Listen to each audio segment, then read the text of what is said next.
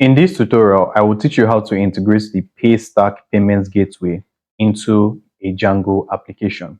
So at the end of this video, you are going to know how to integrate the Paystack payments gateway.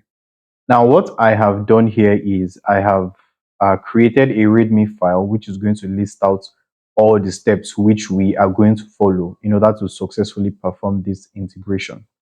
So this is also going to be available at the end of this video using a link in the description below. You also have access to all the source code along with the README file using a link in the description below, which will take you to the GitHub repository where you can access it. Now, I have broken it down into steps. So the first thing is the base project demo. So I'm just going to show you a demo of the projects which I have now. So what I have now is a very simple e-commerce website, right? Where we have the products listed. We have the product image, we have the name of the product as well as the price. So you can see this doesn't look really nice in terms of aesthetics because I just whipped it up together quickly so as to show you how we would integrate Paystack. Now, if I click into any of them, it will take us to the detail page where we can see, the checkouts for the product name. We can see the product name, the price, and a description which shows a brown bag. And we can also see the image. Then there's a purchase button. Right now, this purchase button does not do anything, but as we proceed, we are going to integrate Paystack. And when we click this purchase button, it will enable the user to be able to purchase a certain product. Now, I would just like to show you the models that I have so you can see them. So I will go to the product app, and this is a model for the products. You can see it stores the name, description, price, as well as image. And I also have an app called the payment app. Now, if I go into the models of this, I see I have a model called purchase history. Now, this model basically helps us to store, purchases which had happened in the past, as it says purchase history. So it stores the user who purchased, the purchase ID, the products which was purchased, the purchase status, whether it was successful or not, and the date that this purchase happened. So these are all the details which this model stores. So I'm going to show you how this model is going to be crucial in future. If you are building like an e-commerce website, obviously you're going to need a way to store purchases. So this is the model I'm going to be using. So I just wanted to show you exactly what I have on ground right now. Now, the next thing is we need to configure Paystack in our settings. Now, obviously, because we are working with Paystack, we need to perform some certain configurations which will enable us to use it. Now, the first thing is we need to install decouple to set up environment variables. Now, the reason why we're setting up decouple, installing decouple is that we need to get our Paystack secret key and we need to put it in our settings.py file. Now, we can't just paste the Paystack secret key into the settings.py file because that wouldn't be secure. So we're going to make use of environment variables, which is a way that helps us keep our secret keys and sensitive information in an environment variable file. And then we can then use a library like Python decouple to read from those files.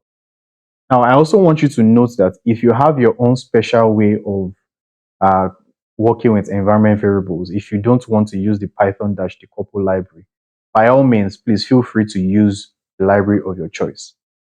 So I'll first of all start by installing this library, which is called Python-decouple. So I will paste this command pip install python-decouple. Now, because I already have it installed, it will just tell me requirements already satisfied.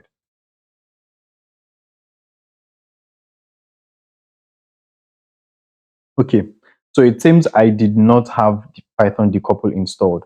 So right now you can see that I have the library installed. And so after installing it, we need to import it at the settings.py file. So I will just copy this line, head to my settings.py file, and paste it right after path. Now, the reason why I had prepared this README file is so we have a structured way of following this tutorial. What I would do is I would recommend that you also open this file so that you can follow along with me. And it's going to be, you can access it using the link in the description, which will take you to the GitHub repository, and it will be in the description section. Now, the next step is create a .env file in your project's root directory and type in the following. So I'm just going to copy this and then I will create a new file called .env, which is going to be inside the root directory. Your root directory or your root folder is where you have your manage.py file. So I will come and create it, call it .env. Now, once I do that, I am going to paste paystack underscore secret underscore key equals. So just save it for now and leave it. So we are still performing the configuration. When we get the secret key, we are then going to come and paste it right here. Now, the next step is that we need to create a new variable to store the API key. So I will just copy this line and explain exactly what it does. Now, if you remember, we had already imported config from decouple. Now, config is what is the method that is going to help us read these variables from the env file. So I will just scroll all the way down to the bottom, and then I will paste this right here. So paystack underscore secret underscore key is equals to config of paystack secret key. So the reason why we are passing in paystack underscore secret underscore key here into the settings is because that is the exact name that we have given this environment variable. It's called paystack underscore secret underscore key.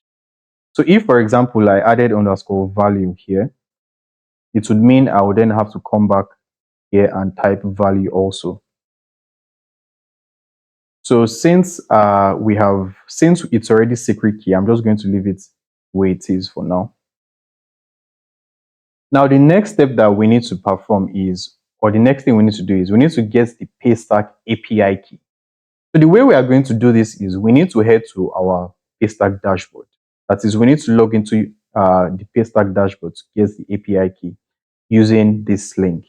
Now, I have already actually logged into my Paystack dashboard, but for you, I just want you to follow this link. If you have not already logged in, follow this link and log into your Paystack dashboard, which I have done here. Now, the next step is that we need to make sure we are in test mode. Now, if you look at your dashboard, if you look towards the top right, you'll notice there's an icon here that says test. So make sure there's an icon here, a toggle icon. So make sure it says test here to signify that we are currently in test mode. Now, once you do that, we then need to get our API key by going to settings, API key, and webhooks. So I'm going to scroll down, go to my settings, and I'll go to API keys and webhooks. Now, once I am here, all we need to do is scroll down to this part where it says API configuration dash test mode. So this is the API key that we're going to be working with because this is the test mode. I want you to note that what you see here is the live mode. So unless you are going into production, that is only when you're going into production that you make use of the live security. But because we are testing, we are going to test with the test secret keys. So the next step says scroll down to API configuration dash test mode, which we have done. And then it says copy your API key and update your env file. So I'm just going to click this I button. And once it has shown, I'm going to click this copy button to copy my secret key. So once you have copied your secret key, head back to your env file and paste it there. Now, please note that there is no space if you are using the decouple library, which we had installed at the top here. Please note that there shouldn't be any space between your variable name and the actual value. So it should be equals to the value without any space there. So once you pasted your secret key, just your API key, just save it. Now, after saving it, the next thing that we need to do is take a look at Paystack's documentation. So what we have done now is we have successfully gotten our secret key from Paystack. So what we just need to do is we then need to look at their documentation. Now, Paystack has an excellent documentation, and I would recommend you look at it. As a matter of fact, we're actually going to be following their documentation partly. So the guide says head to this link, paystack.com /docs /payment /accepts payments. So I will just copy that link, head to a new page and paste it.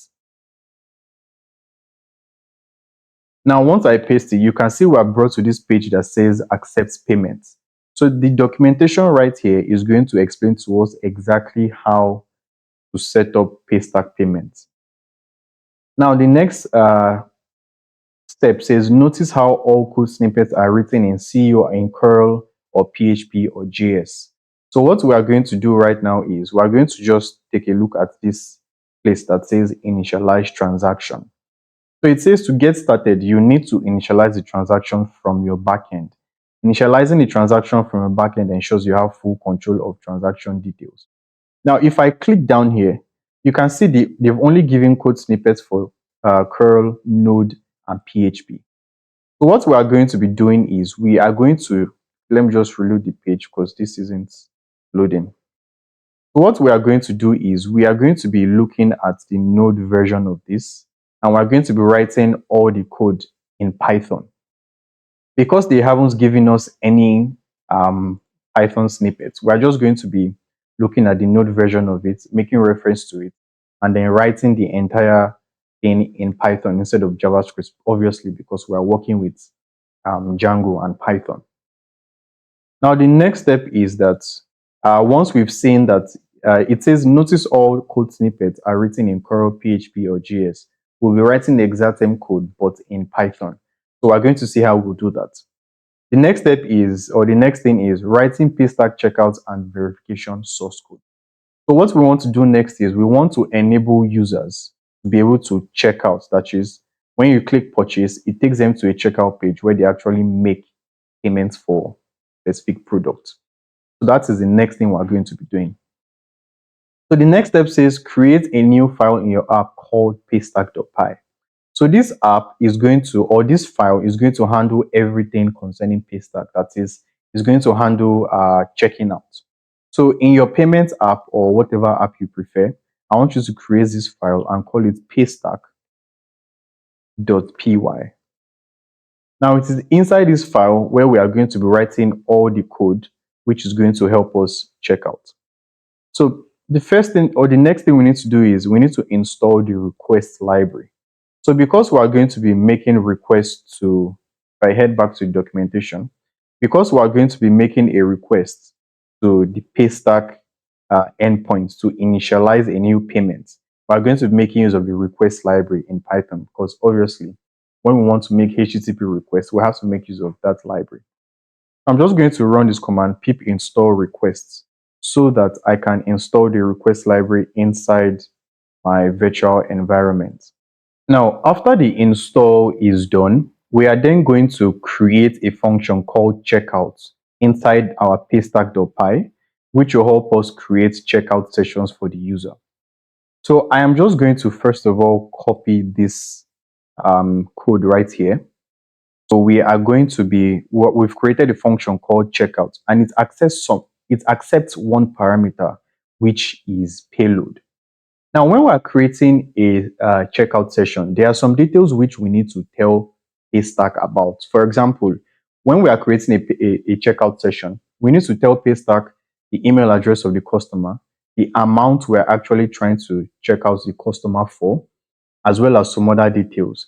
Now, in the README file, I had outlined the payload which we are going to be sending to Paystack.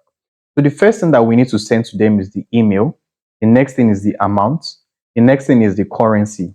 Now, Paystack accepts, I think, about 4 currencies. In order to view the currencies, you can go to the link which I had said, click API.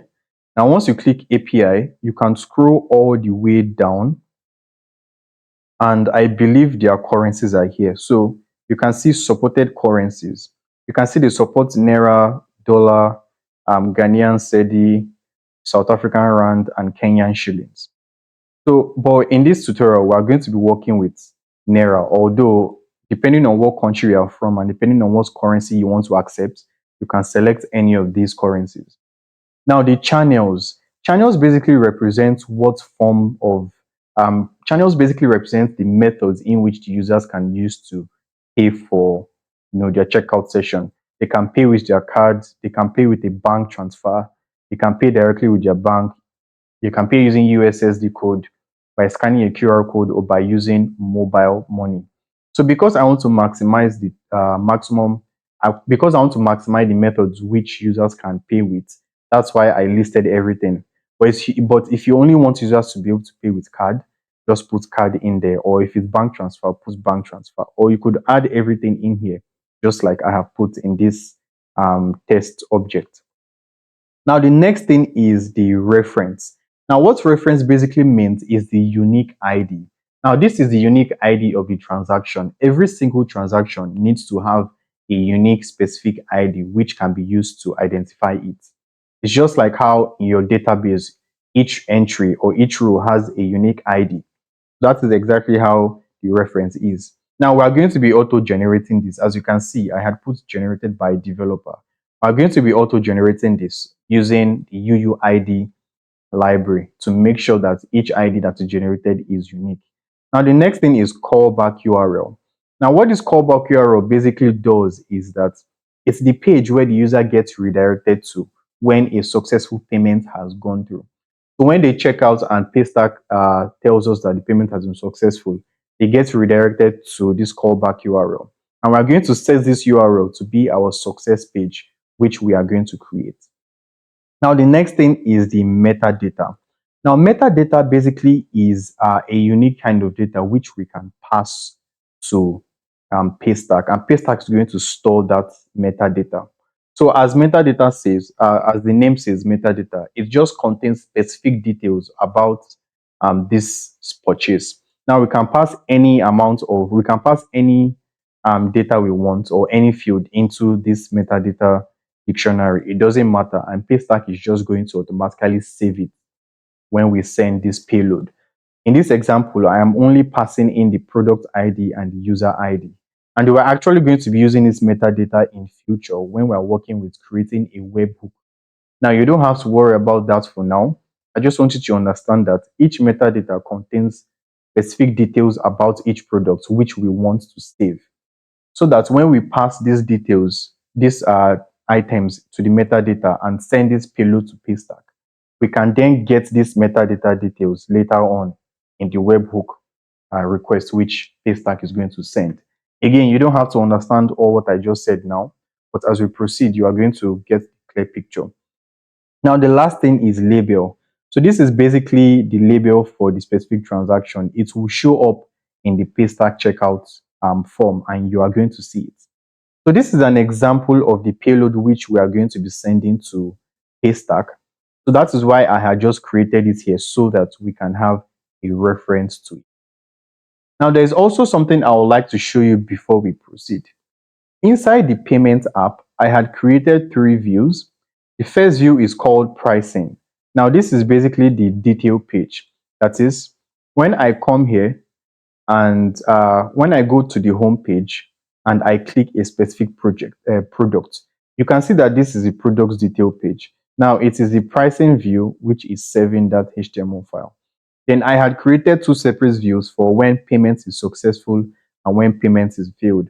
So this payment failed view basically shows a success page. For example, I can go to the URL and it is called payment-success / the product ID. So since the current product ID is 2, I can change this to payment-success / 2. And when I do that, let me see, I should make sure my server is running.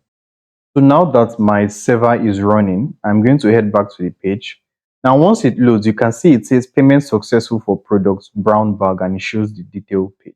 So this is the success page which I have created.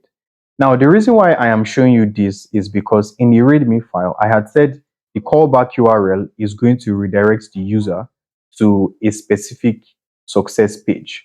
Now, the reason why I had created that view is because when a payment has been successful, we are then going to redirect the user to that success page, letting them know payment was successful. So that is the payload which we are going to be sending to Paystack. I just wanted to explain how the object looks like. Now, if we head back to the documentation, which is right here, let me just go back to what we had before. If I scroll down, oh, sorry.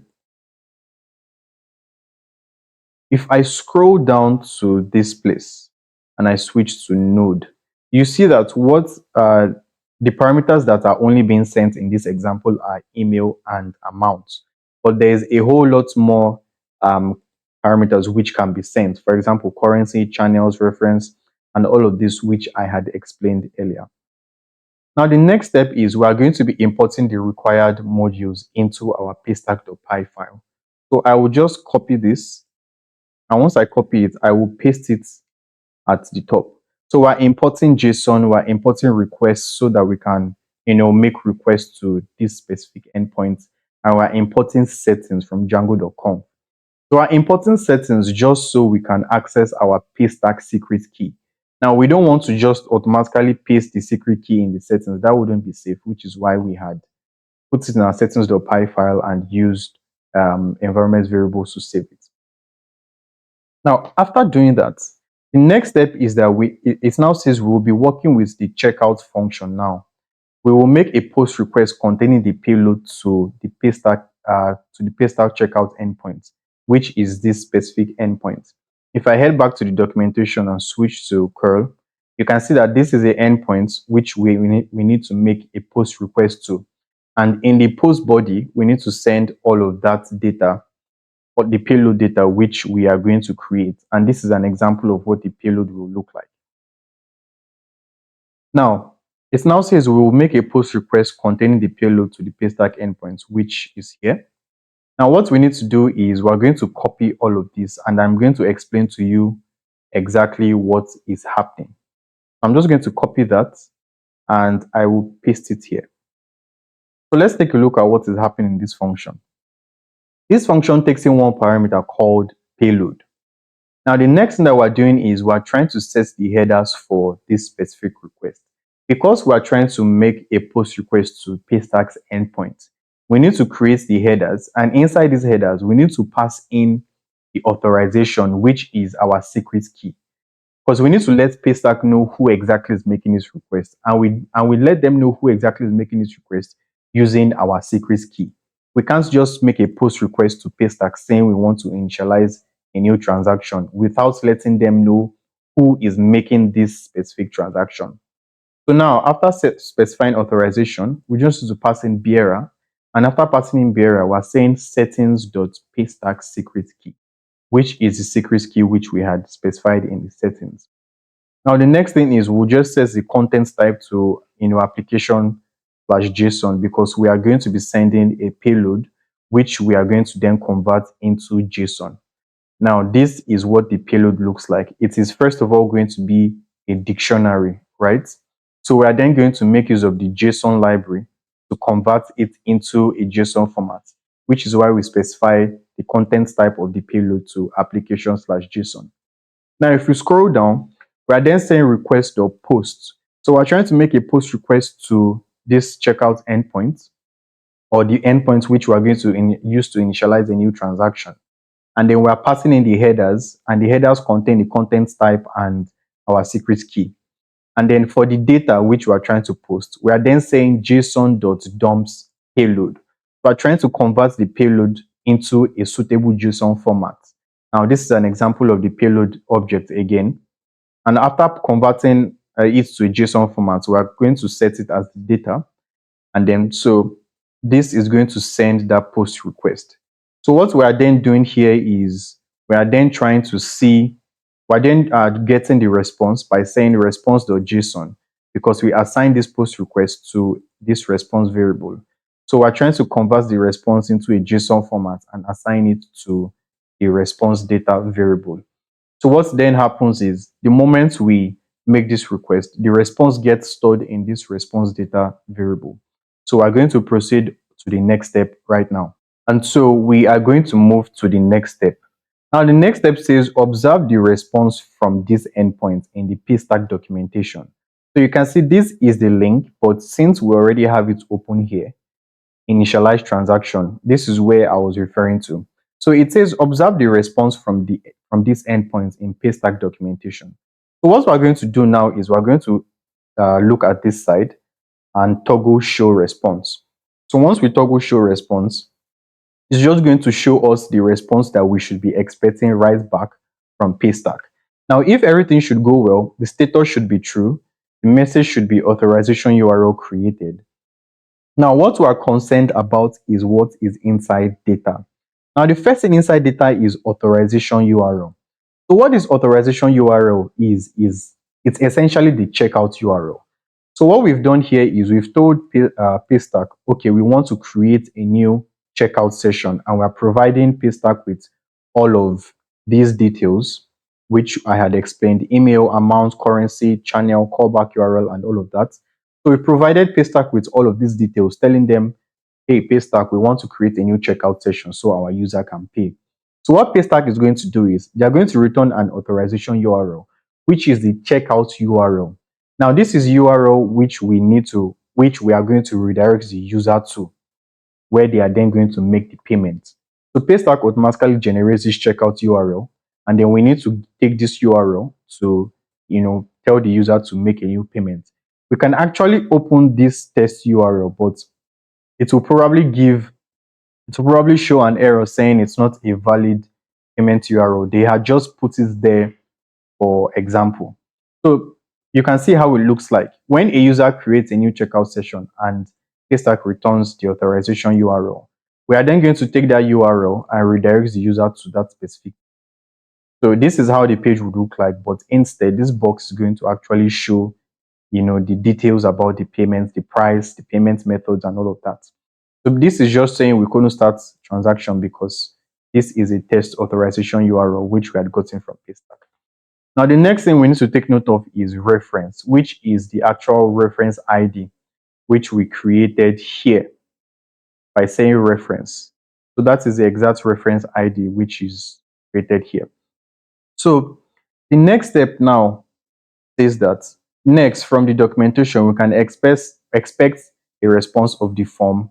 So this is a response which I had copied from Paystack. So we know that if everything goes successfully or works successfully, this is a response object we are meant to expect.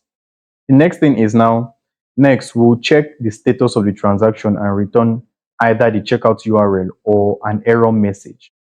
So from this our checkout function, what we want to do is we want to make sure that the status of this post request is successful. Now, if it is successful, we know that we are going to get this object back. So we're going to write an if statement to check if the status is true, meaning it is successful. So if it is successful, we're just going to return this authorization URL from our function. So we're going to return two things from our function actually.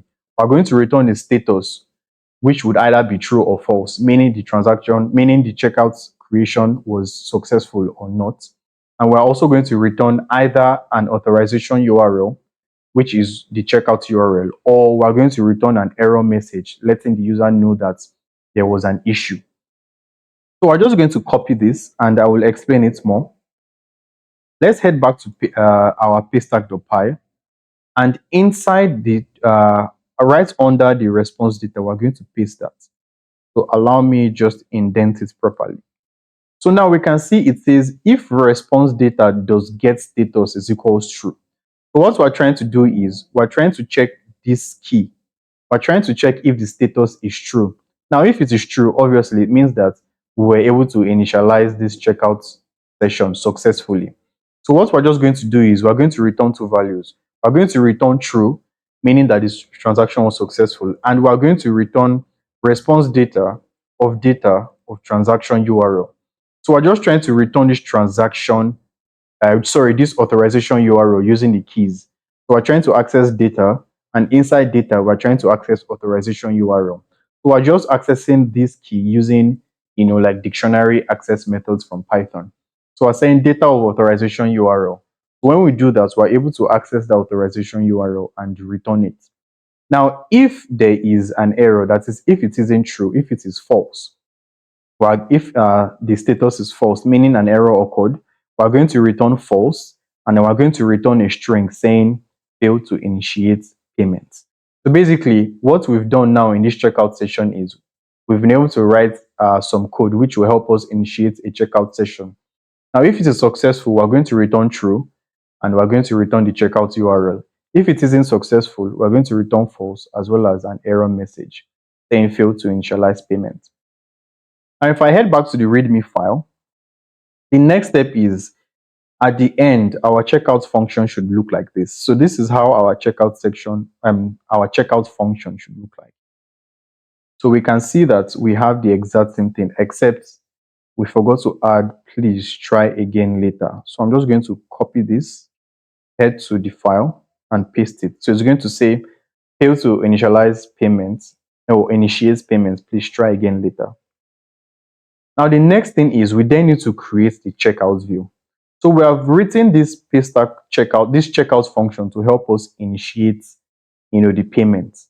But we then need to write a view, a new view, which is going to help us utilize this function. So I am going to close my settings and env file and open my payments app. I'm going to open the views. Now in the views, what we are going to do is we need to create a new checkout view. So it says create a new view to handle Paystack checkouts. I'm just going to copy this and explain exactly what is happening. I'm going to come to my views and I'm going to paste this in right here. So the first thing is login required. So obviously we want to only allow authenticated users to be able to check out on our website. That is, if you are not logged in, then you will not be able to purchase anything, which is why we have put login required. And that is gotten from django.contrib.auth.decorators import login required. And the next thing is we've created this view called create Paystack checkout session. And it takes in, request, and it also takes in product ID. So remember that I had showed you my model called product, and it has fields name, description, price, and image. Now, because we want to check out, we need to know the exact product we are checking out for. So this view is going to take in the product ID. Now, in your case, you might have a different model. Maybe it contains different details like name, price, discount, whatever. It's still the same logic. Just create a checkout view function and create a way to get that specific product. Because using that specific product, we are going to be able to pass in those details into this Paystack object. For example, the amount which we are going to be passing to this payload is going to come from this module, which is price. And then we're also going to be taking the label. So check out for product one. This product one is actually going to be the name of the product. And then we're also going to be taking the product ID here.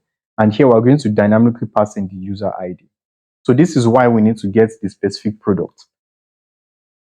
Now, the next thing in the guide says, get the product object and create the payload data.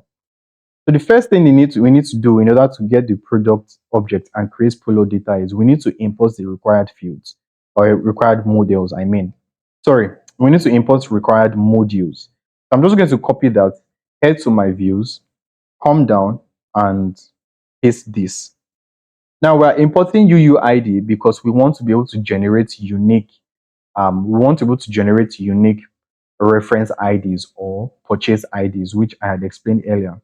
Now we're importing reverse from Django.urls because we are going to need to construct the callback URL. And in order to construct the callback URL, we are actually going to need to make use of reverse. Now you are going to see how this is going to work. Now from .paystack import checkout, we're just importing this checkout function which we just created from Paystack. And then we're saying from Django.contrib import messages. So we're just importing this so that we can display error messages in the HTML file. Now I would like to show you my templates. So this pricing.html page is the page that actually renders out the detail, is actually the page that renders the detail page. Sorry, it's actually the HTML file that displays the checkout page of each product. So you can see checkouts for the product's name, the product description, price, and whatever. It is this HTML page that is rendering it. So we're going to actually be working with this, but later on in the tutorial. Now, after making those inputs, let's just scroll down. It now says we need to get the product object. So I will just copy this and explain exactly what we are doing here. So right now, because we have collected request and the product ID, we want to search the database to get the product whose ID matches this specific ID. Now, what I want you to note is that on your own, when you are working on this, I need you to, you need to perform some extra verification to make sure that this product ID is actually legit. For example, you would want to do something like get object of 404. But in this example, I am just going to use the objects to get. So the reason why you would want to use get object of 404 is because this product ID might be invalid and there might be actually no object in database that has that ID. But for the sake of this tutorial and to cut it short, I'll just go straight to the point. So right here, we're saying products or objects to get. So we're trying to get a product whose ID matches what was passed into the URL. Now, the next thing is we need to generate a unique reference ID, which serves as the purchase ID. Now, this is exactly why we are using the UUID module. So I'll just come down here and paste it. So purchase ID is going to be equals to purchase underscore UUID dot UUID4. So this is actually going to give us something that looks like this. It's going to be purchase underscore a unique ID, which is going to be like, let me just use that for example. Now, this is going to help us, this line is going to help us always generate a unique string, which is going to be purchased under a unique ID, which is generated by UUID, those UUID4. That is why we had created it. So I'm just going to leave that there. Now, the next step is that we need to create the callback URL. Now, the callback URL, which I had explained earlier, is the page or the URL where the user gets redirected to when a successful purchase has happened. That is when the user has gone and they've made a successful purchase, Paystack needs to redirect them to a specific URL. So what we're going to do is we're going to tell Paystack to redirect them back to our website, obviously, but we're going to be redirecting them back to a success page, letting them know that the payment was successful.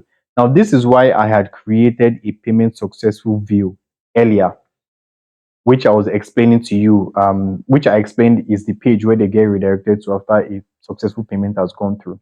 And if I check my URL, you'll see that this is URL payment-success, and it accepts a parameter, which is a URL parameter, which is product underscore ID, and the name is payments-success. So the reason why we imported reverse earlier is because we need to construct this URL. We can't just directly pass in the URL because you can see it accepts a parameter. So what we're going to do is we're going to make use of reverse as well as other techniques to construct this URL. So I will just copy this and I am going to explain exactly what this line does. So after copying it, I will paste it right here. Let me just give space. Now, the first line here is a variable called payment success URL. And we are using the reverse module which we had imported. And we are trying to reverse a URL whose name is payment-success. If I head to my URLs, you can see that this URL has a name of payment-success. So that is the reason why we have passed payment-success in. Now, note that the URL takes in one parameter, which is product underscore ID. So when we are making use of reverse, we need to also pass in the product underscore ID using keyword arguments. So we've passed in keyword args and we've said the product underscore ID is the product ID which has been passed into our view, which is the create paystack session. Now, checkout session, I mean. Now, if you remember, this product ID is the ID of the products that the user is currently trying to pay for. Now, after the payment has been successful, we want to redirect them to the success page and pass that product ID in. Because in the success page, if I head back up, in the success page, it also takes in the product ID so that it can get that product object and display to the HTML page saying that, oh, your purchase of this specific product was successful. So that is exactly why we need to pass in the product ID as a keyword argument into this URL. Now, after doing that, this is what is going to be generated for us. It's just going to show us /payment-success /2. That is what this reverse is actually going to generate. If I head back to the URL, it's going to say /payment-success / the product ID. And that is exactly what gets generated by this line right here. It generates forward slash payment success forward slash the specific ID, which we've passed in here, product ID. Now, what we need to notice is that what we have done here is actually just generated a section of the URL. We have only reversed this specific URL, but we need to generate the full thing. We need to generate the full thing because we can't just tell Paystack to redirect the person to this specific URL. Instead, we need to redirect the person to a full URL like this. So what we need to do is incorporate this section into a full URL. So this is exactly how we're going to do it. We have created another variable called callback underscore URL, and this is a formatted string. Now the first thing that we pass in is request.scheme. Now, what request.scheme does is that it gives us the current HTTP method being used, whether it's HTTP or HTTPS. That's what the scheme does. It returns the scheme whether it's HTTP or HTTPS. So inside this formatted string, we've put this request.scheme colon forward slash double forward slash. Now we have this section. The next thing now is request.getHost. Now, what request.getHost does is that it returns to us the current domain which is running this website.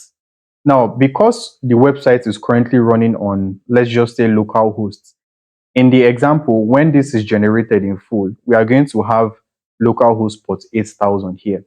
But in this example which I gave, I just put http colon domain.com. So request.getHost is going to return to you the current domain which this server or this project is running on. Now, the next thing we now put is immediately after, we now put this payment success URL which we had just generated here.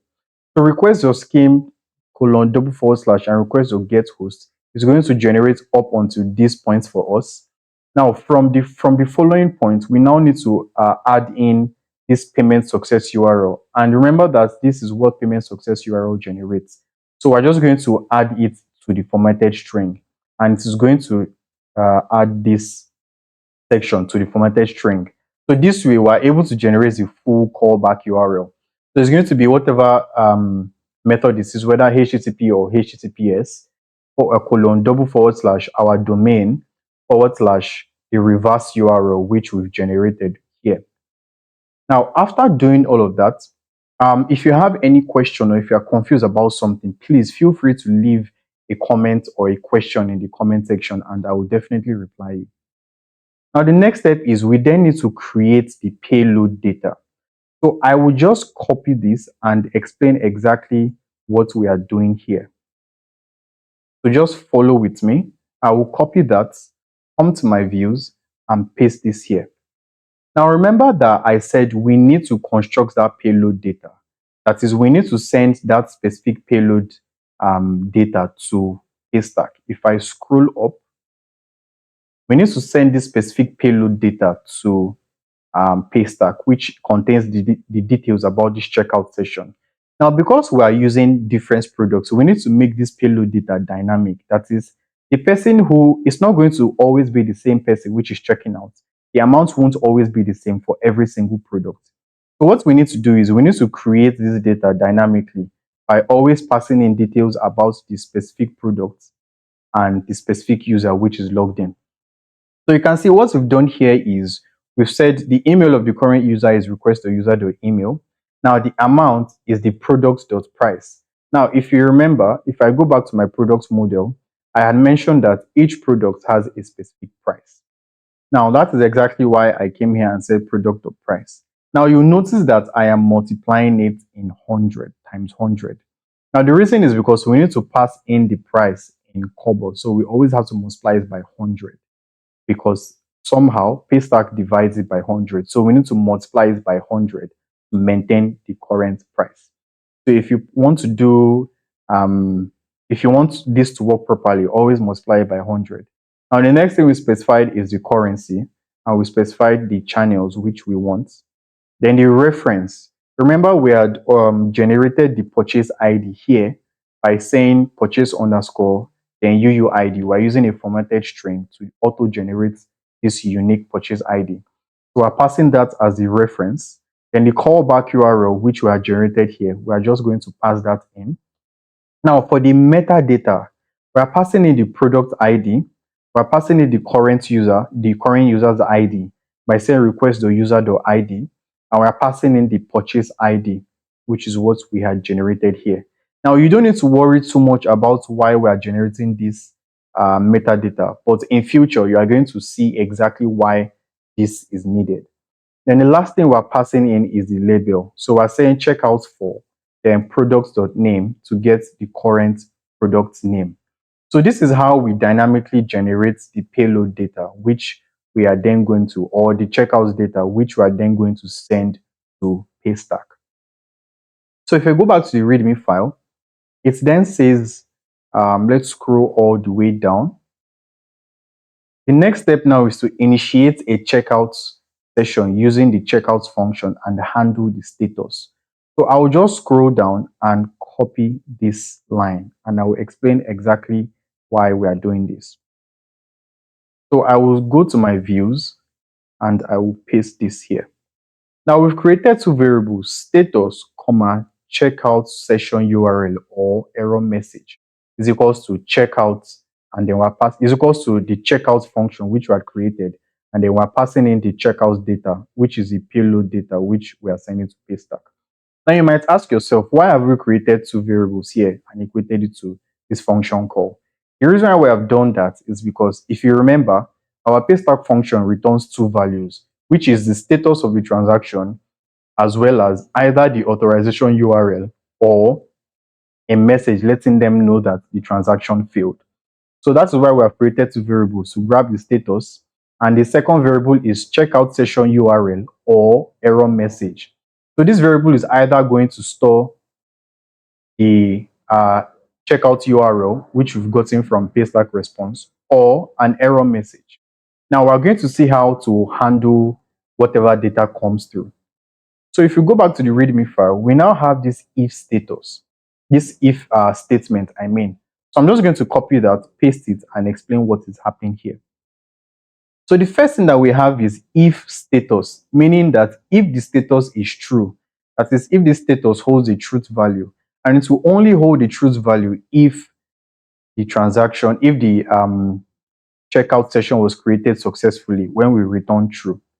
So we've said if status, we're going to return redirect to the checkout session URL or error message. So we're going to redirect to this URL because we know that if the status is true, it means we've definitely been able to get the checkout URL. We're going to return the checkout URL from this function back here. Now, once we've checked if the status is true, we're just going to redirect the user to that checkout URL. So in the documentation, which we have here, once we've gotten the authorization URL, it means we now want to tell the user, or we want to redirect the user to the page where they can check out. We're then going to grab this URL and redirect them to this URL, which is what we have done here. We've redirected them to the URL. But else, if it isn't true, that is, if it is false, we're just going to create a new error message using the messages library, which I had imported at the top. So we're going to pass in request as per the normal messages module. And then we're going to pass in checkout session URL or message. So here, normally, you know that you would normally pass in the error message, whatever error message it is. But we're passing in instead checkout session URL or error message. The reason why we're passing that in again is because if the status is not true, that is, if we couldn't initiate the checkout session, we're going to return false and an error message. So the error message is what is going to then be stored in this variable if the checkout session was not created successfully. So we're going to then create this error message, and we're going to redirect the user to the pricing page. Now remember, I had mentioned that this is the pricing page. So let's see what happens next. Now it now says display error message in pricing.html if any gets generated. So because right here we have generated a new error message, we then need to redirect to the pricing page and let the user and display the error message which has just been generated. But if I go to my pricing.html, there is actually no way to render out that message which we have just generated.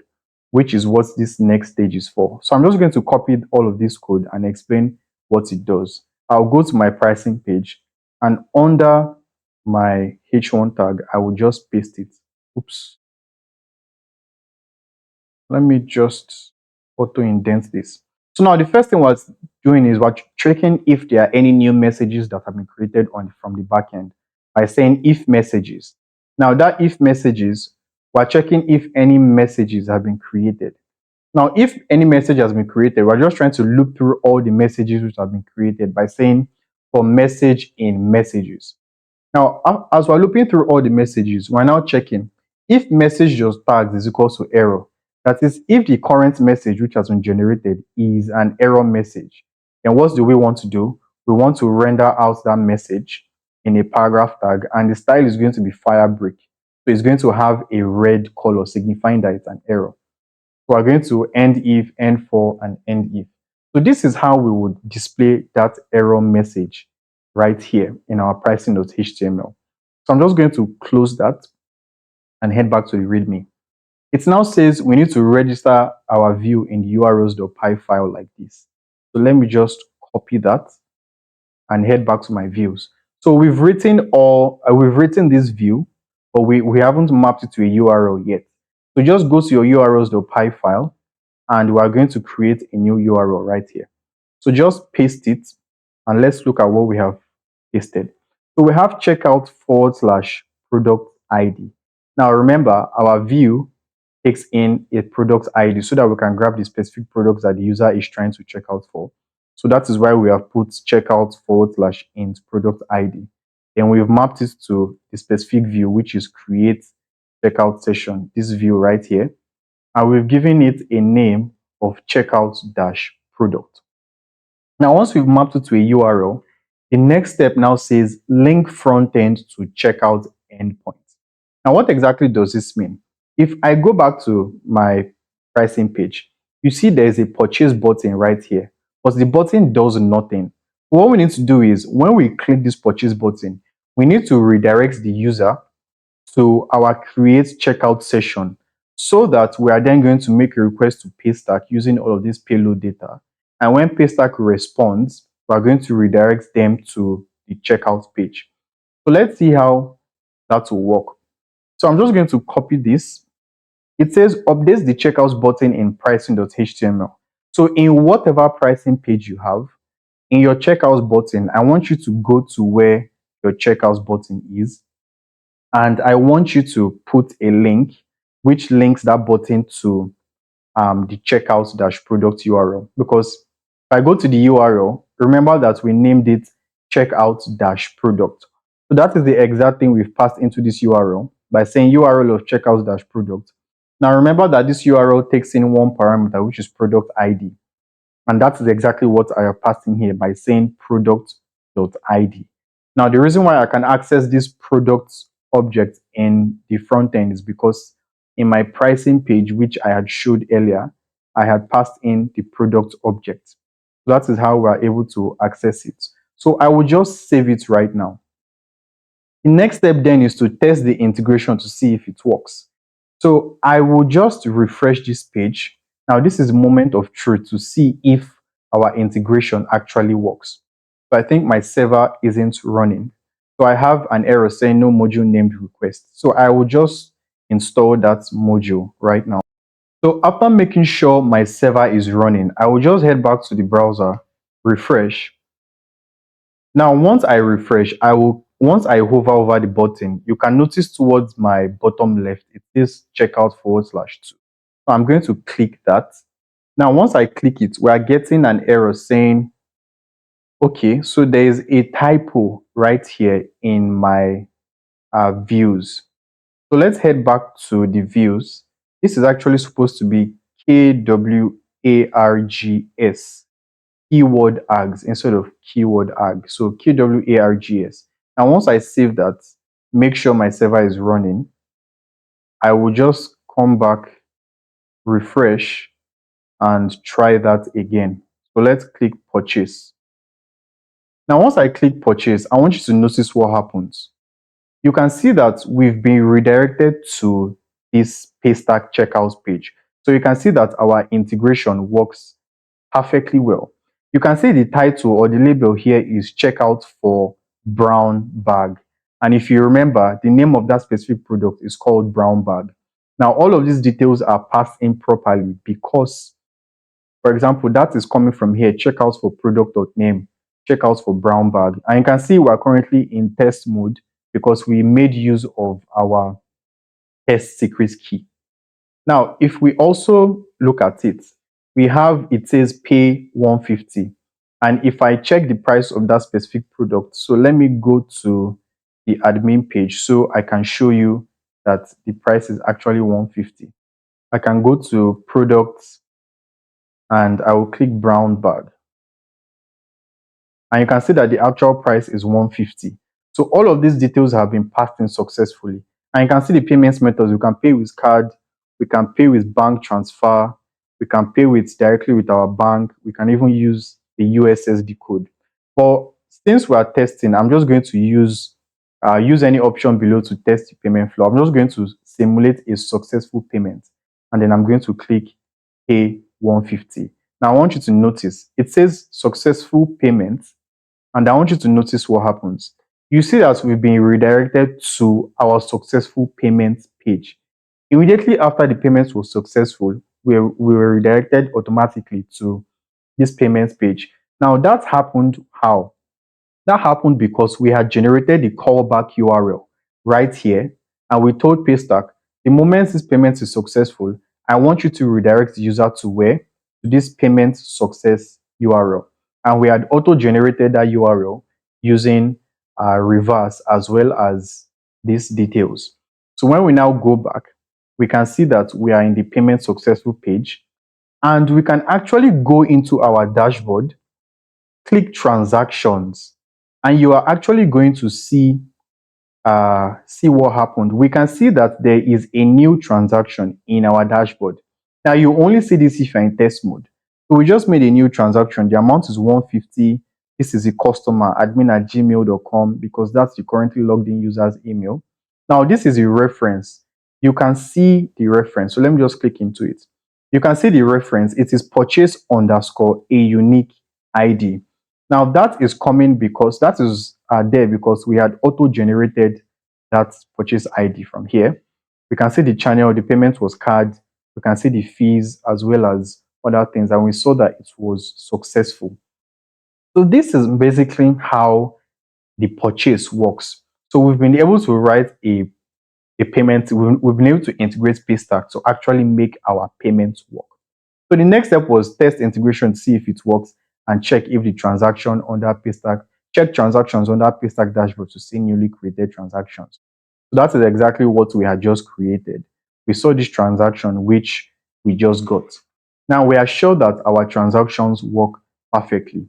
And what actually happens is that Paystack sends you an email. So for example, if I check my Gmail account, you'll see that Paystack actually sent you an email saying that there was a new purchase on your product.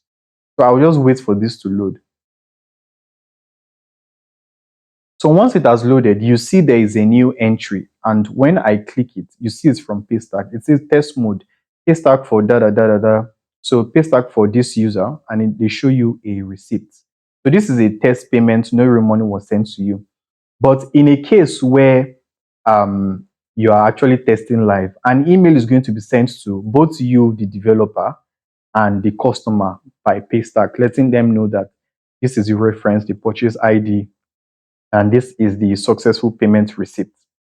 So that is exactly how we can integrate Paystack into the Django project. Now we're actually going to be moving to the next step, which is setting up a webhook.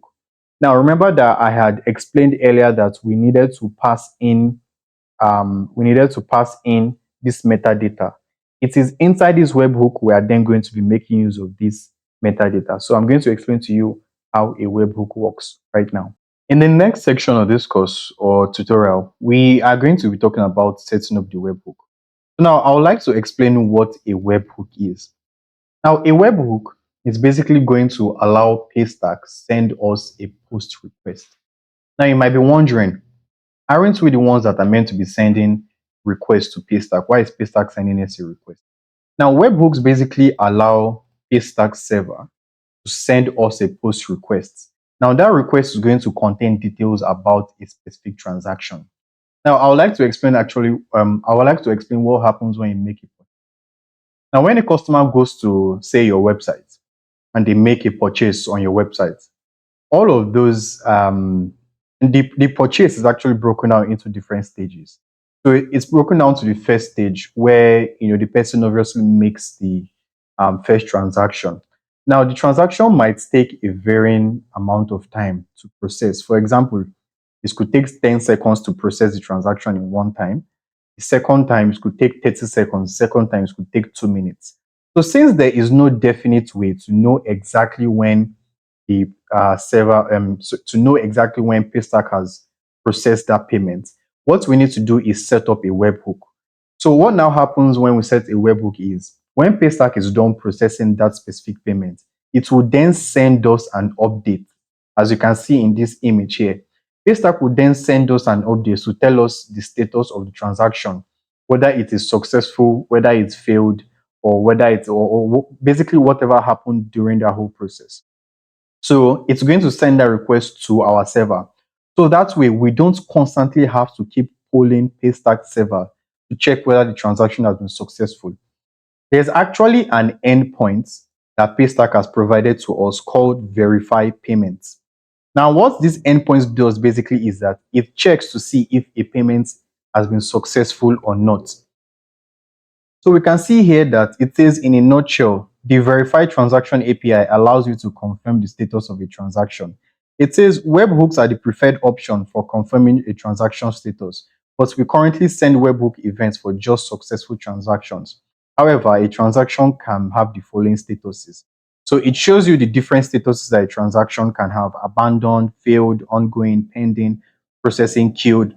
So you can see that it goes through different stages. You have success, reverse, queued, processing, pending. So it goes through different stages, or it has different statuses, as we have seen. A transaction could be abandoned, failed, successful, reverse, queued, or whatever. Now, the first way to verify if a payment has been successful is to use the verify payments endpoint. But that would mean we have to constantly poll the server. That is, constantly have to poll that specific endpoint or send requests to that specific endpoint. So you can see the first time it says any updates, Paystack response with processing. Any updates, Paystack response with processing. Any updates, then it now finally has an update and sends it to the server. So this isn't very efficient because that means that we constantly have to make requests to this verify payment endpoint. And we don't know exactly how long it will take for the processing to occur. So that is why using the verify payments endpoint is good. Don't get me wrong, it's useful. But for when the payment is processing, you constantly have to make a request to this endpoint. That is why the webhook approach is preferred. So what now happens again using the webhook approach is that when a user performs a payment and the payment is successful, they get redirected to the success page. But in the back end, on Paystack's end, they are actually processing that payment. It takes a while for the payment to process. So while they're processing that payment, all we have to do is just wait.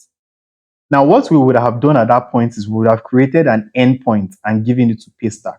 So when Paystack is done, it will then send a post request updating us that this payment is done, and it will now contain different statuses based on what has happened to that payment. So whether it has been successful, whether it has been successful, whether it's failed. But we see that it says currently a transact. It says but currently webhooks only send events for just successful transactions. So we know that currently, as at the time of making this video, the only time Paystack would send the webhook is when the payment has been successful. So that means this is the best approach. All we're just going to do is wait to see if that payment has been successful, right? So we're just going to wait. Paystack is going to directly send us that response telling us that okay, this payment has been successful. This is very crucial because we don't want to have to keep making a request to Paystack to ask it if the payment has been successful because we don't know exactly how long it will take. The time isn't fixed or specific. So using the webhook approach is better. Now we're going to proceed to set up the webhook right now. Now, in order to set up the webhook, we need to first of all talk about what ngrok is. Now, ngrok basically is a software that allows us to make our local development server available to the public. Now, remember that I said we need to create a webhook which is going to allow Paystack send a request to us. Now, we are currently working in our development environment and our server is running on localhost, as you see here. Now, if I copy this link, localhost, and send it to my friend, they won't be able to access localhost because this is running on my computer. The server is running on my computer and it's only accessible on my computer. So therefore, if I copy localhost and if I tell Paystack to send that request to localhost, it won't work because localhost is only available on my computer. So what we need to do is, while we are working in development, we need to create a URL, a public URL, which is going to help us run our project, which is going to help us run our project live. What that means is that even though our projects will be running on localhost, we can generate a unique URL using ngrok that can make our projects publicly accessible online. So what I'll just do is using ngrok, I'll generate that live URL. I will copy it and I can put it in Paystack or even send it to any of my friends, and they will be able to access my website using that URL, even though my server is running on localhost. So ngrok just helps to tunnel that request. So when a user visits that URL, you are going to see the request actually runs in our local host. Ngrok just helps us to make it public. I hope you understand what that means. It's just like how when you go to paystack.com, this is a URL which is available globally. You can go to any browser and search paystack.com. But if I copy my localhost URL and paste it in a different computer, it wouldn't work. So ngrok helps us to generate a live URL which we can then paste into Paystack. And Paystack is going to send that request to ngrok, to that live ngrok URL, and ngrok is going to send that request again back to our local host. So it's almost acting like a proxy where all the requests that ngrok receives, it is going to send all the requests that ngrok receives to that live URL. It's going to send all those requests to our local server, which is then going to handle those requests. So that is exactly how ngrok works. So we then need to install ngrok. Now, I already have it installed, but to install it, just copy this URL. That is, open a new tab and go to download.ngrok.com. And then when you visit that URL, it's going to take you to the page where you can download it. As you can see, we've been brought to this page. So it's available for different operating systems, Mac, Windows, Linux, even Raspberry Pi. And you can see it's available for Docker and it has different SDKs. So all we're just going to do is, since I'm using Windows, I just go to download and click download the 64-bit installer. But at this point, I actually already have it downloaded. So what I need you to do is download it from this website. And once you downloaded it, install it on your computer and we'll be good to go. Now, the next thing that we need to do is create a new ngrok URL to expose the local development server to public internet access. Then it says, make sure your Django development server is running and run the following command, ngrok http 8000. So I'm going to explain exactly what this command is. But first of all, go to your terminal. I'm just going to create a new one here. And what you need to do is, first of all, make sure that your server is running and running on port 8000. What we're just going to do is paste this command. So we're telling ngrok, create a new live link for localhost port 8000. So the reason why we're passing 8000 here is because our local server currently is running on localhost port 8000. So we're telling ngrok to generate a new live URL and map that URL to localhost port 8000. So once I run this command, I want you to notice what gets shown to us. So you can see now that it says session status online, and this is my login details. So when you first run that command, you might be asked to log in and perform the login process. So I want you to just proceed. But for me, I have already done that. So you can see this is what I have. So I have the version here, I have the region. So it has given me Europe, and I have the web interface here. But what we're concerned about is this forwarding. You can see that we've been given this URL. So I will just copy that URL, right? Let me just highlight it and copy it. Now, once I copy it, I want you to notice something. It says forwarding, and it puts that URL, and there's an arrow beside the live URL, and it goes to localhost port 8000. What this basically means is that every request that comes into this URL is going to be forwarded, almost like proxied back or forwarded to localhost port 8000. Now, what is running on localhost port 8000? Our local development server. Now, once I have copied that link, what I can then do is go to a browser, paste that link, and press enter. Now, I want you to notice what happens. Now, when it loads, it tells us that you're about to visit this URL. Then it says this website is served for free using ngrok.com. Basically, it's telling the user that ngrok is serving this website. So when I click visit site, notice what we have. It now says invalid HTTP host header. So the reason why we're having this error is because this URL has not been added to allowed host.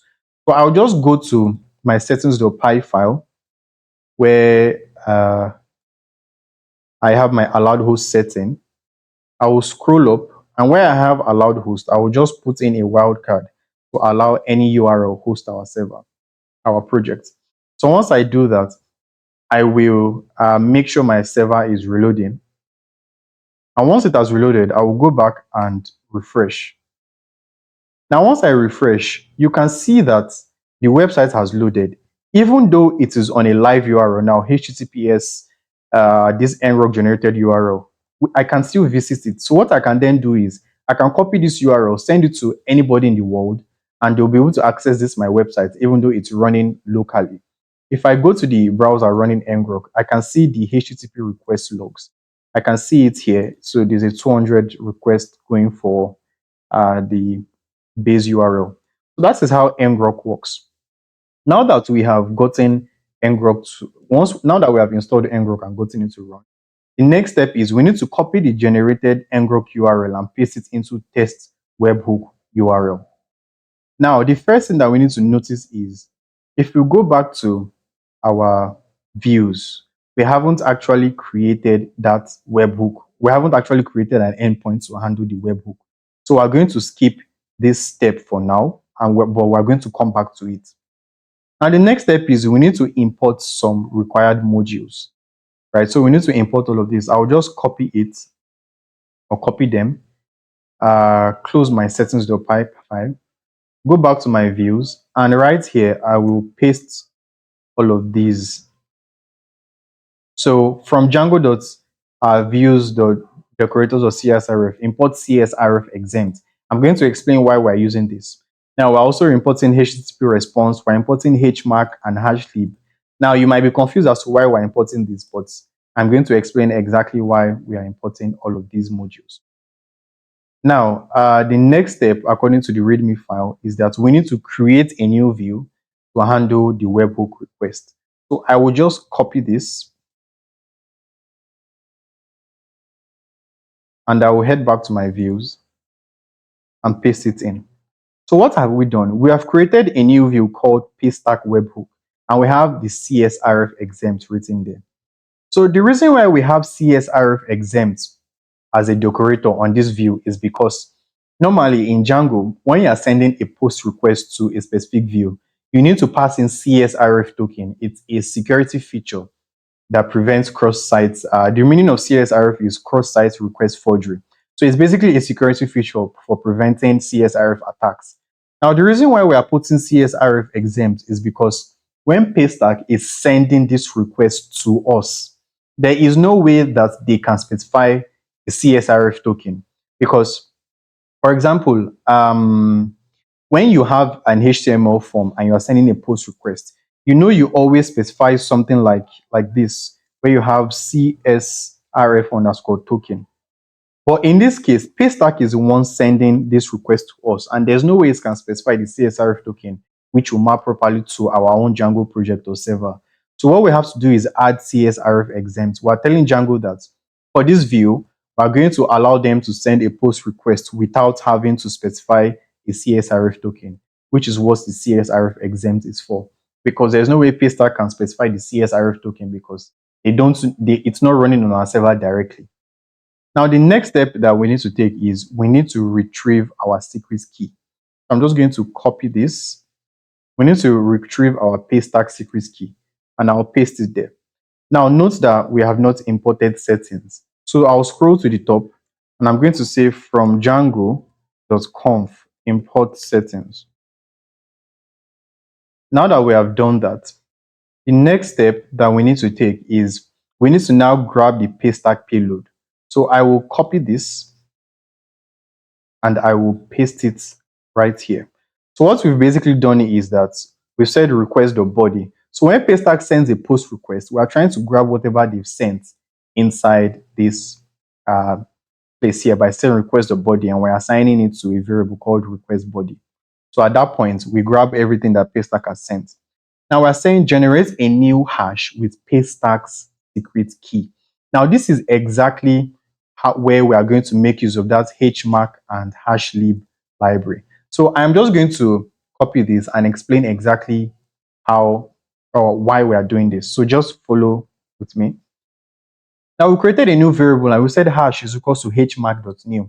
Now this hmark library, it basically helps us to create new hashes. So what we're doing now is we've created a new variable called hash and we've equated it to hmark.new. So what we're basically doing here is we're trying to create a new signature or a new hash.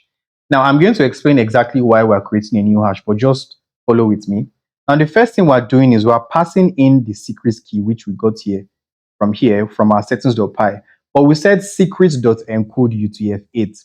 So what that basically means is that we're trying to convert the secret key into bytes because the hmark.new library works with bytes. Right now, our secret key is a string which we have gotten from our settings, but we're trying to convert it into a byte object. Now that we've converted into a byte, the next thing that we have to pass into hmark.new is request body. So we need to pass the request body that Paystack is sending.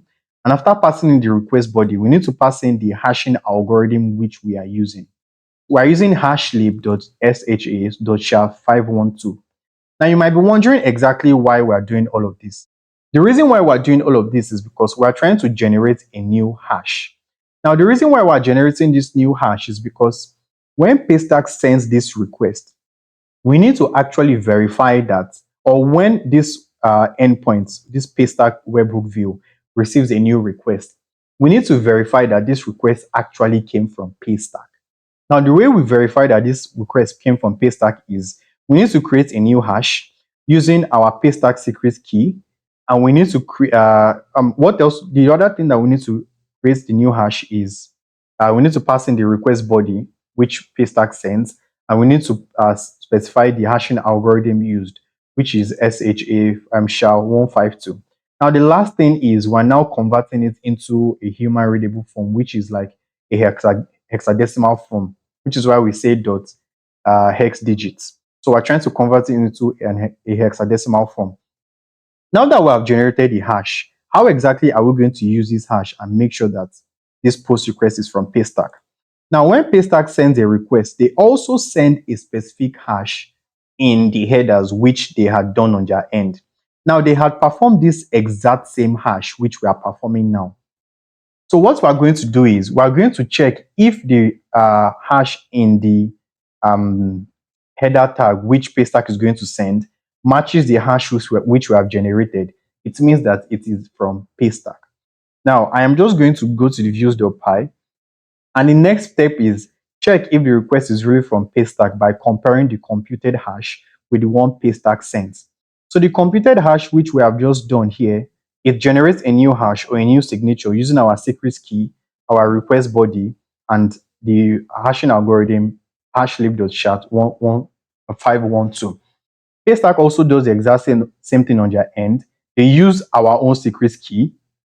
They use the request body that they are about to send, and they use this hashing algorithm to create a new hash. Now, what they do is they're going to pass that hash into the headers. So we're going to check if, so what we're going to do is we're going to grab that specific hash, and this is the signature, this is the key using we're going to grab it using the key called HTTPX Paystack signature. So they are going to pass it into the headers. So what we need to do is we need to check if the hash we generated is equals to the hash they generated. And if it is the same, it means that this request is from Paystack. If you have any question, please just ask it in the comment section and I'm going to reply you. If we head to the documentation and actually go to webhooks, you can see that there is a section called verify event origin. Now, it says, since your webhook URL is publicly available, you will need to verify that the event originates from Paystack and is not a bad actor. So what that means is that because the webhook URL, the URL to this webhook is publicly accessible, we always need to verify that the request is coming from Paystack. If not, anybody could just send a post request to that endpoint. So it says there are two ways to ensure your webhook URL are from Paystack. The first thing is signature validation, which is exactly what we are doing. Here we can see that everything is done using JavaScript or Node. So we are going to be doing the exact same thing using Python, which we have already done. So you can see it is hash is equals to crypto.create hash. And you can see they use the SHA-512 hashing algorithm, which is what we have done here. So we need to now proceed. The next step says check if the request is really from Paystack by comparing the computed hash with the one Paystack sent. So sent, I will just copy this, come back to my views, and I will paste that if statement. So let me just make sure it is indented properly. So we said if hash equals request.meta.get httpx paystack signature. So what this basically means is that Paystack is going to generate a hash and send that hash in the meta tags, sorry, in the header tag. And we can get that hash by saying request.meta.get httpx paystack signature. If you go to the documentation, it's the exact same thing that is done with JavaScript here, where it says if hash is equals to request or headers of x paystack signature. That's the exact same thing that we have done here. Now we're basically just saying if the hash we've generated is equals to the hash that Paystack have sent, it means that this hash is valid and is from Paystack. What do we now want to do? We now want to convert the JSON body. We now want to convert the JSON body into a Python dictionary so that we can work with the events data and print data to see what we get. So basically, it's just saying convert the JSON body into a Python dictionary so that you can work with the event data and print the data to see what we get as the post data. So what we're just doing is I'm just going to copy this and explain what we are doing. So we need to import JSON for this to work. I'm just going to scroll to the top and I am going to import JSON. So this is missing an R. So now that I have imported JSON, let's explain what this is doing. We've said JSON.loads request body. So we're just trying to convert the request body which Paystack has sent into like a dictionary which we can work with. So that's why we're saying JSON.loads. And we've assigned this to webhook post data.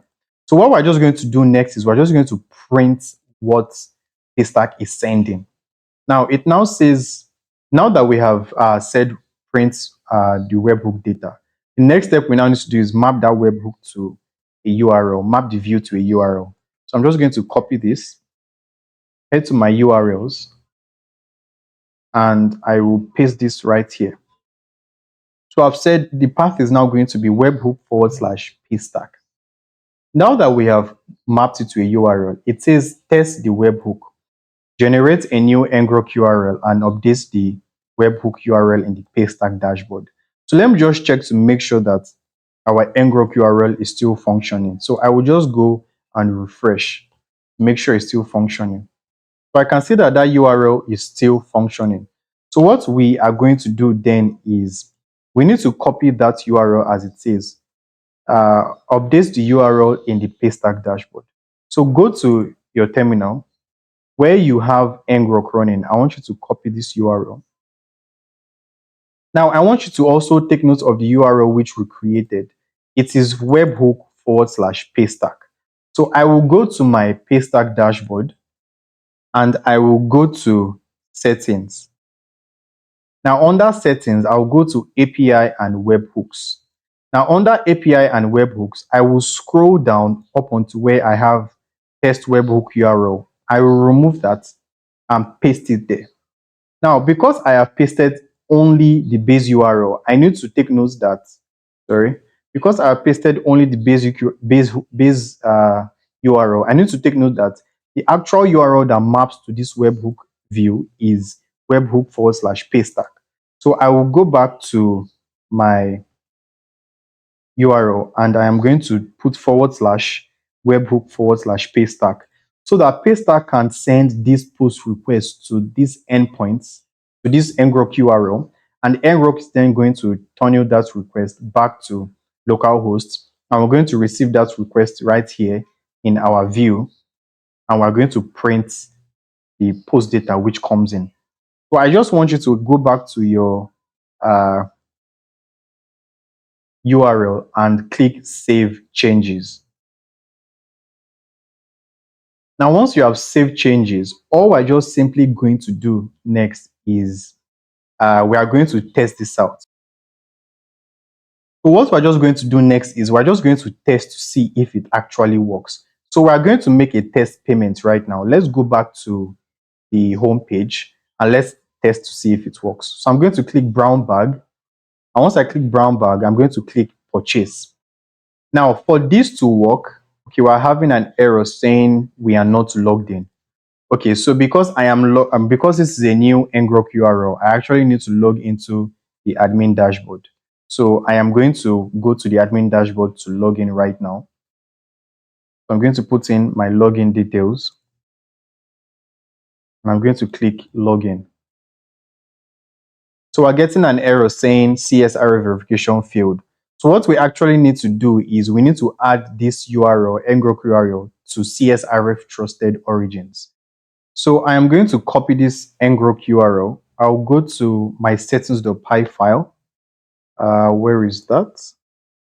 And I'll create a new variable and I'll call it CSRF trusted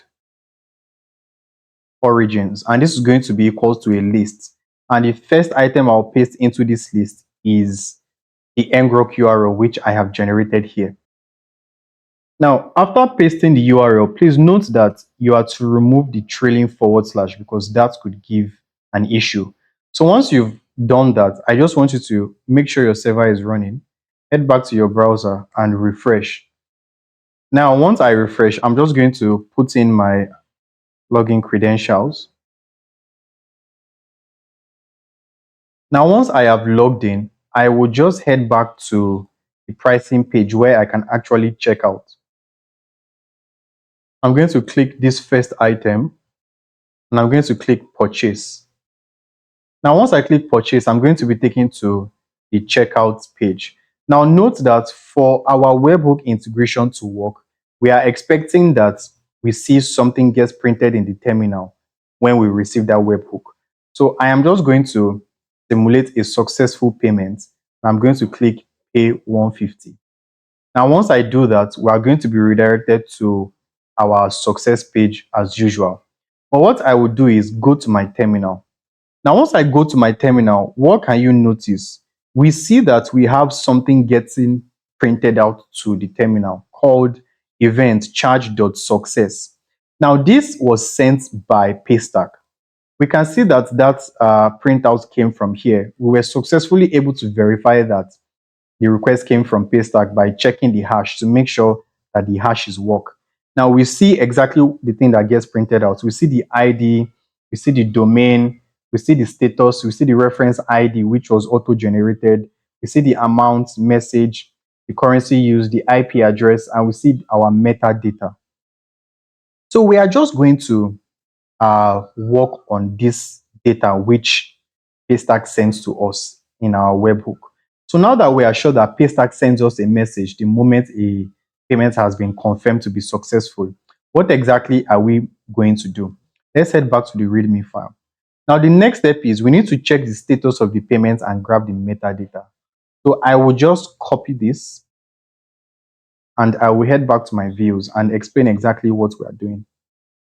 Now here I said if webhook, okay, I need to put a quote there. I think I missed it here. So here we said if webhook or post data of events is equals to charge.success. Now, where is that coming from? If I go to my terminal, let me just zoom in here. I can see that in the post data that Paystack sent, the event is charge.success. That means that it was successful. So what we want to do is we want to check if the payment was successful. That is, if the event is charge.success, then what do we want to do? We want to grab the metadata by saying webhook post data of metadata. If I go to my terminal, I can see that we have a key here called metadata. And inside metadata, we can access different items which we had specified. But we also need to note that metadata is inside a key called data. So you can see we have data and then we have metadata. So we are trying to access it using the keys called of data and metadata. Now, what exactly is this metadata that we see here? If we scroll up, when we were trying to initiate a new Paystack checkout session, we had passed our metadata in as product ID, user ID, and purchase ID. If I head back to the terminal, notice what we have inside our metadata: product ID, user ID, and our purchase ID. So Paystack took note of all of the metadata that we had passed in, and it sent it back to us in our request, in the post request. So what we can then do using this metadata is we can then create a new payment history. If I open my models right now, you can see that we have a model called purchase history. Now, purchase history basically helps us signify, when a purchase was made, by who, the purchase ID, and the product. Now, because Paystack is sending us all of these details back, it's sending us the product ID, the user ID, and the purchase ID. What that means is that using the user ID and the product ID, we can get the user and product objects, and we can also assign the purchase ID. So that helps us. That tells us that we are able to create a new purchase history only when Paystack sends a webhook confirming that the payment has been successful. So this is exactly why we needed to pass the metadata in, and this is exactly what the metadata is used for. So the next step is we need to access items stored in the metadata. So I will just copy this, head back to my views, and after doing that, I am going to, sorry, after doing that, I am going to paste them here by saying product ID is equals to metadata of product ID. Again, we are just trying to access those details. So metadata, we're trying to access product ID, user ID, and purchase ID. So we're accessing them using, dictionary format in Python. So we're saying metadata of product ID, metadata of user ID, and metadata of purchase ID. So we're able to grab all of those details. So now that we've grabbed those details, we can now create a new purchase history in the database and return a 200 response to Paystack. What I would do is I will just copy this and explain exactly what we are doing. Now I will come down. Sorry, let me just backtrack. I will come down and paste this here. So what am I saying here? I am saying purchase history dot object dot create. So what are we trying to do? We are trying to create a new purchase history using the details which we have gotten from our metadata items. So what I will just do is I will scroll to the top and first of all import this user um, class. So I'm going to say from Django dot contrib dot auth dot models import user, so that we can get rid of that error. Now, what exactly are we doing here?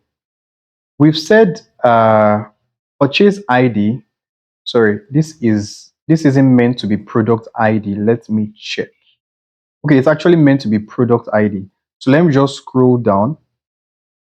So we've said purchase history the objects dot create, and the first thing we're passing in is purchase ID is equals to purchase ID because this purchase history actually requires the purchase ID.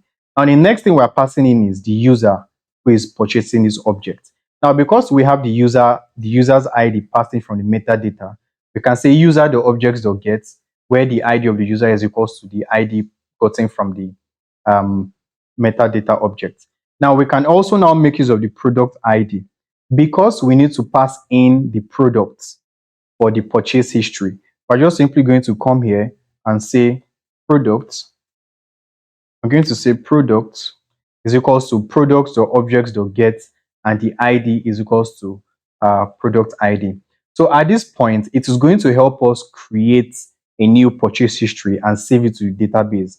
Now, what you can then do is you can perform some extra processing. Like for example, I mean, that was a mistake.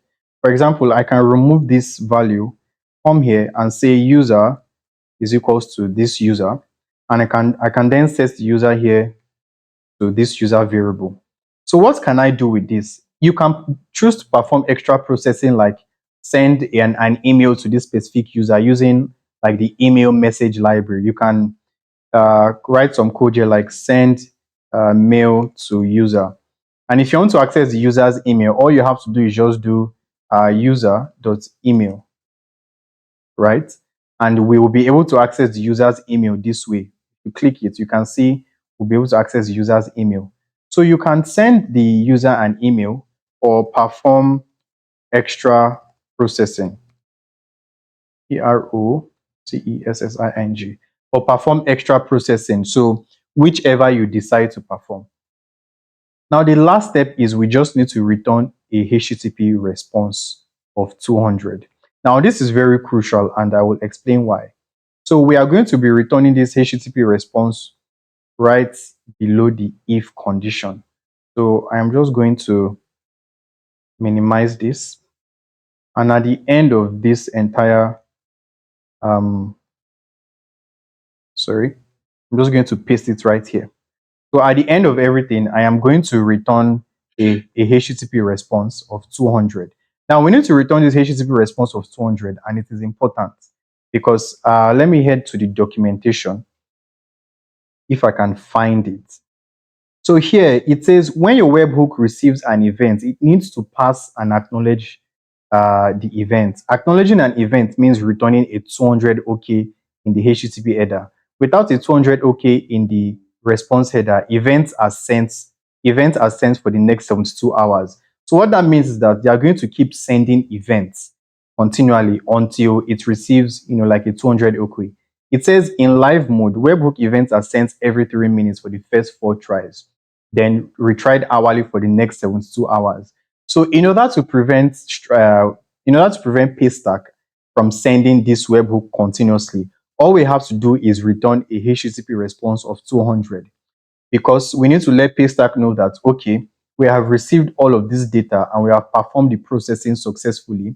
So I'm just returning a 200 OK response to let Paystack know that everything was successful. If we don't return that response, as written in documentation here, Paystack is going to try and send it again. So all we're just simply going to do now, according to the README file, is the last step is just test the payment. So when we test the payment, we expect that when we get to our admin, so let me just copy this URL or just check that here. We expect that when we get to the admin and go to purchase histories, we should actually see, like a purchase history for a certain product which we have done. For example, now there's only one purchase history. So let me just delete this.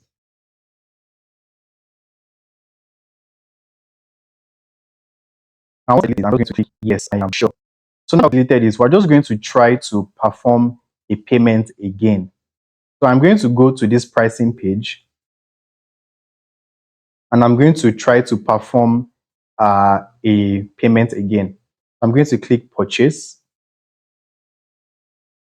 Now, when the page loads, I'm just going to click success to simulate a successful payment. I'm going to click pay.